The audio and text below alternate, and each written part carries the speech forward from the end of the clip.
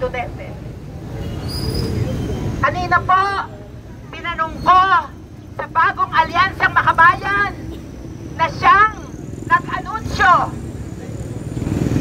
na sila daw ay naghahanda ng impeachment complaint. At ang sabi nila, kinukonsolida lang nila ang mga datos na lumabas sa Quadcom hearing. At ang draft ay nakahanda na. At ilalagay na lang ang mga bagong datos kasama na itong pambubulabog na ginawa niya nitong mga nakarang araw.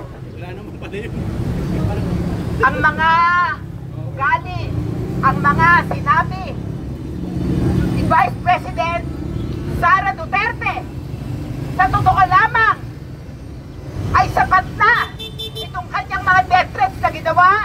Sapat na ito para siya ay hulihin, para siya ay arestuhin. Sapagkat naalala ko nung panahon ni Presidente Duterte, meron din nagsalita na papatayin daw niya si Duterte. At ano ang ginawa dun sa taon na yon? Siya ay kagyat na inaresto. Pero bakit si Sara Duterte nandyan pa at nakakawala kung ano-ano pang press conferences at mga pahayag na ginagawa niya? Nasaan ang hustisya sa mamamayan na kung ikaw ay maliit, kagyat kang aarestuhin?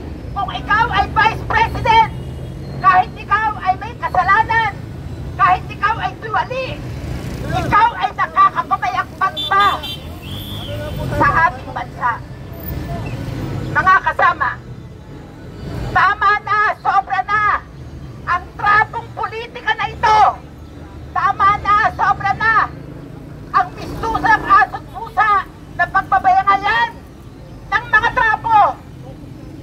Tama na, sobra na itong mga kagaguhan ni OVP, ni Vice President Sara Sira Duterte.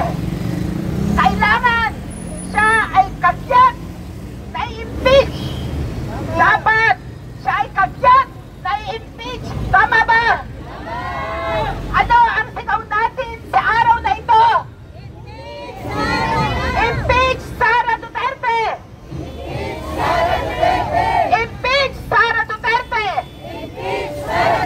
Kailangan siyang managot sa taong bayan.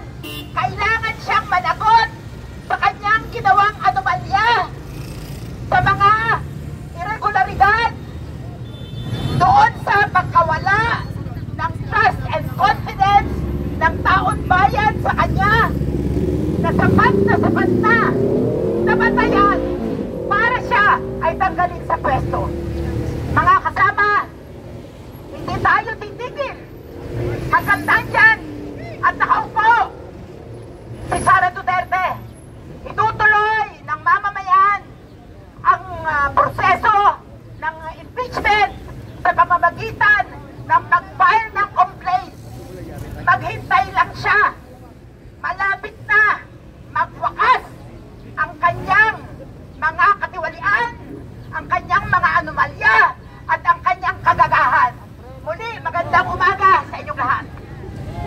Ayan, salamat po, no, PE sa masa mula sa Makabayan Tuwalin po. Ngayon naman po, muli po, itangkol natin, palakasin po natin ang ating panawagan. Impeach! Impeach Sara now! Impeach! Impeach! Impeach Sara now! Impeach! Impeach! Impeach Sara now! Impeach! Impeach! Impeach Sara now! Ayan, kagaya po ng sinabi ni Lisa Masa, malinaw na po ang mga batayan para tanggalin na natin sa pwesto si Sara Duterte. Masyado na po siya maraming kasalanan sa taong bayan.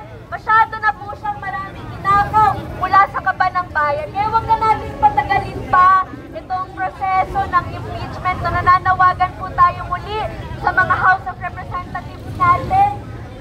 Natinggil ang ating panawagan na impeach po si Vice President Sara Duterte. Dahil ang usapin po nito ay usapin po ng pondo ng bayan at karapatan ng mamamayan.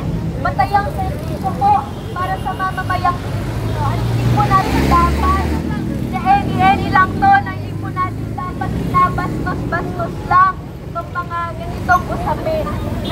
Ngayon po, isa po na sa kumustahin naman natin yung ating mga manggagawang Pilipino na habang patuloy ang pag-ilusay ay Sara Duterte ng pera ng taong bayan. Hanggang ngayon, nag-iikaws po sa hirap ng buhay ang ating mga manggagawa. Kaya naman para marinig po ang boses nila, tinatawagan po natin si Nadia Ronquidon. Mula po ulit sa Makabayan Coalition at sa... Magandang umaga po sa ating mga kasama. Kumusta po ang pakiramdam sa ilang araw na nakita natin na todo-todong pagdadrama? Natuwa ba tayo sa drama? Yes! Natuwa ba tayo sa teleserye ni Sara? Yes! So lalong nagalit, ano po?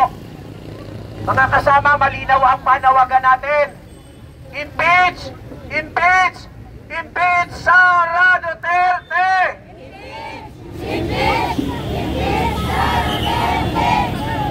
Mga kasama at mga kababayan, malinaw. Ngayong araw, may hearing po ang good governance. Simple lang naman ang kailangan gawin ni Sara, no? Kailangan niyang sagutin yung mga akusasyon sa kanya. Kailangan niyang ipaliwanag sa taong bayan paano niya nilustay yung pondo mula sa DepEd, mula sa Office of the Vice President. Bakit kailangan niya magpaliwanag sa taong bayan? Una sa lahat, hindi niya pera yun. Pera ba ni Sara Duterte yun? Hindi niya pera yun. Pera yun ng mga ordinaryong manggagawa at mamamayang Pilipino na araw-araw nagtatrabaho, nagbabanat ng buto para mabuhay. Yun ay kinulektang mga tax mula sa atin at dapat merong accountability, merong transparency saan napunta ang bilyong-bilyong pera na yan. Mga kasama, malinaw, basang-basa natin yung diskarte ni Sara. Diskarteng kawatan, diskarteng berdugo, na tinrama pa talagang tinramatize, no? Para iligaw ang istorya na kailangan niyang humarap sa committee hearing at magpaliwanag. Mga kasama at mga kababayan, nakakagalit dahil sa mahabang panahon ang mga manggagawang Pilipino ay nagdurusa sa napakababang sahod habang nagtitiisayo sa napakataas ng presyo ng mga pangunahing bilihin. Walang malinaw na public services na na-access ang taong bayan. Pero makikita natin, punyeta, grabe pala yung nakawan sa gobyerno at namumuna mismo si Sara Duterte. And of course, immediate ligtas po kung Marcos. Kung maalala natin, So yun guys, ito po yung nangyayari ngayon dito sa HOR House of Representative Southgate. At sa mga kababayan po natin, mga supporters po ni Ma'am Inday Sara, sana po ay gumalaw-galaw na po kayo. Dahil po dito po ngayon ay isinisigaw na po ng Gabriela na i-impeach si Madam Inday Sara. Sana po gumalaw-galaw na po ang yung mga kakampi ni Ma'am Inday Sara. Dahil talagang magulo na po yung kalagayan dito. So panawagan po natin, kumilos na po kayo, maisog, Manibela, Aglo, sana po ay suportahan ninyo si Ma'am Inday Sara.